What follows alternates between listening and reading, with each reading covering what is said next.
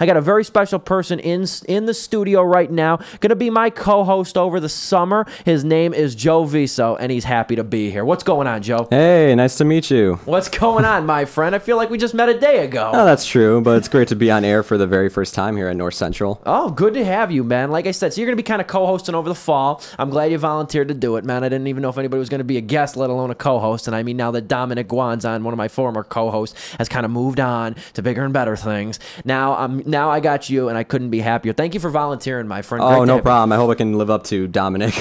Good to have you, though, Joe. And like I said, we'll get a little bit. Before we get into really anything movie-wise, I want to kind of gauge your view on film, because like I said, we haven't talked too much in person. You know what I mean? We haven't talked the whole time. That's true. So I mean, I don't know your movie watching habits that well, but this is an exciting thing for me and an exciting thing for the listener right now. So I'm just going to ask you a couple questions before we dive into Stephen King's brand new adaptation of It. So describe your background in movies. How did you get started liking movies? Was there somebody in your life that influenced you, your parents, a friend? How did you kind of get started with your interest in film? Okay, well, one night I found this website called Spill.com, which is known as Double Toasted now. The first review I ever listened to was not Terminator Genesis. It was one of the Terminator movies. Salvation, maybe? Salvation, yeah, that one. I listened to the review, and I thought it was just funny, and I loved the energy those guys had, and Spill.com, sorry to interrupt you. Spill.com is the one with the animated guys, correct? Is that the one? Yes, I know that one exactly. Yeah, those guys are eventually, good. though, like, I went to go see Transformers 2 with my friends, like, at midnight, and I remember walking out of the movie and not liking it, and all my friends turned to me and made fun out of me, because, you know, it's a popular movie, the Transformers movies. And so when I listened to Spill's review of it, I heard them talk about, oh, you know, the cinematography sucked, the chemistry sucked, the script, the plot, you know, all these other things. And I started learning the terminology, and then throughout their reviews, I just got more and more involved in film, to where eventually in high school I took a film class, and then from then on out, I just been kind of just doing what you're doing, going to see a ton of movies, whether it be big or small, and supporting them. Except I just don't talk about them on air. Yeah, I mean, it's kind of being, because nowadays a lot of people go to film school, a lot of people go to film class and everything. There's nothing wrong with that. But like, I consider myself like an autodidact. I taught myself a lot about movies by not only watching movies, but reading film criticism. That kind of sounds like what you've been doing too. Yeah, I mean, Spill wasn't the only thing too. Of course, you know, I started reading Roger Ebert. Of course. There's other like internet reviewers. Like eventually I discovered Nostalgia Critic, who's like an old YouTube. Local boy. Yeah, Local like Channel Awesome, all those people on there. Like eventually, yeah, I just found my way to all these other film geeks on the internet that I just loved listening to. And of course, just learning more and more about what film is. Indeed, indeed.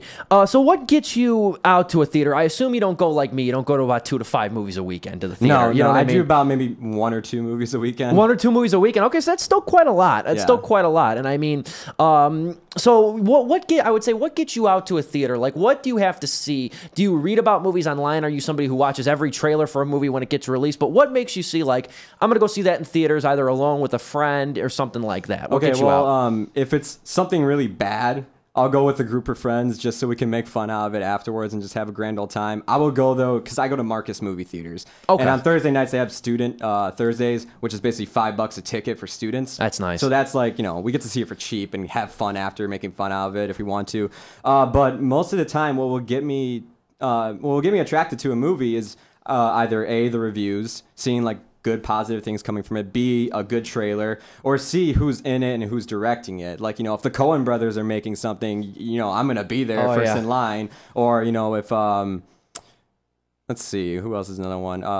Steven Spielberg, or I mean, we all know what Steven Spielberg was making.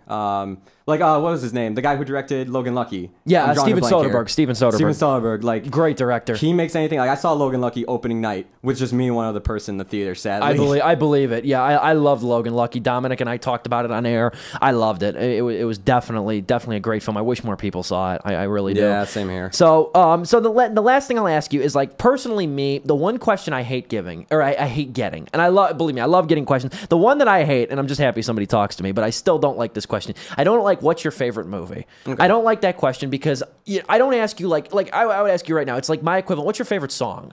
That changes every day. You would have to say, like, well, what genre, what era, maybe. You would break it down. Film is the only thing that we say, like, besides book, maybe. But, like, you know, what's your favorite, you know, movie? But we don't break it down anymore. So I don't give my favorite movie. I don't like to say I have a favorite movie, because also being a critic, I feel like I'm putting one movie on a pedestal for all other films to live up to. What are some films? This is the question I asked to substitute it. What are some films that you can watch on a regular basis? Films that either put you in a positive mood, something that you could watch again and again and not get tired of. Okay, well, a film that comes to my mind was, I discovered this film during my high school film class, and as of right now, it is my favorite film of all time. Okay. It's the movie M. It's a foreign film, black and white, from a German filmmaker. It's a movie about this... from 1931, I believe. 1931, yeah. It's about a man who goes around and kidnaps children and murders them, and it's about a bunch of criminals in Germany banding together to hunt this man down, because they're just like, well, that's kind of screwed up. We better find this man. Directed by Fritz Lang, too. Directed by Fritz Lang. And it just has a great commentary on, like, the death penalty, and also, like, you know, what is right for justice, you know, depending on the crime.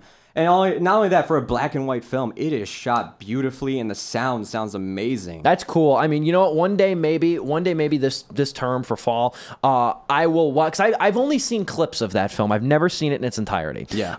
One day maybe this fall. One day this fall, I'll watch it. Maybe we can talk about it on air, have a good discussion about it, because I think we can do that.